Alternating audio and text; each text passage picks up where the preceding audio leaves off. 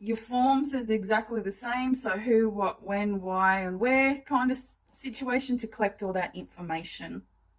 And just so you are clear, even though we're talking about complaints management, we don't include staff into complaints management. Staff are grievance management. They're not complaint management. So complaint management's only participants, families, networks, other key stakeholders. Just let me be clear with that.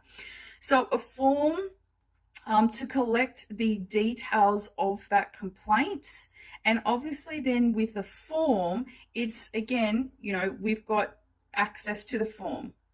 We've got, if you've got somebody who, person number 1 here on shift who receives a complaint, determining which then falls back into this policy and procedure, who, if they're the number 1 person hearing that complaint, is actually going to receive that form, or are they going to send it, say, to a line manager, which might be person number 2?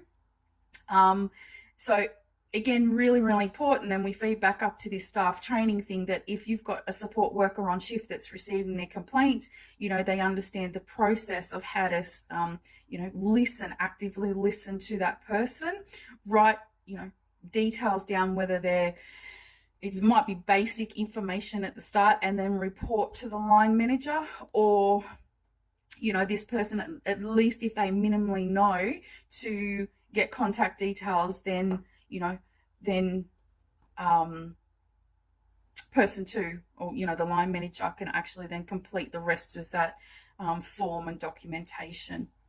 So after that, this usually, and the Commission's expectations in the legislation, is that whoever initially receives this complaint, and this might go from a line manager up to now a senior management person, and that's okay as well. But again, really clear in these policy and procedures over here that even if it's the person number 3 receiving it, they do like the expectation, either at person 2 or person 3, that whole complaint then stays with whatever individual. So if it's a senior manager, the expectation then is the senior manager obviously, launches an immediate investigation.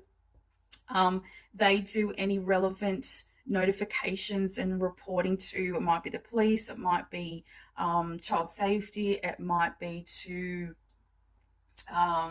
key stakeholders involved, any type of internal or external notifications. That then person also has the responsibility of, determining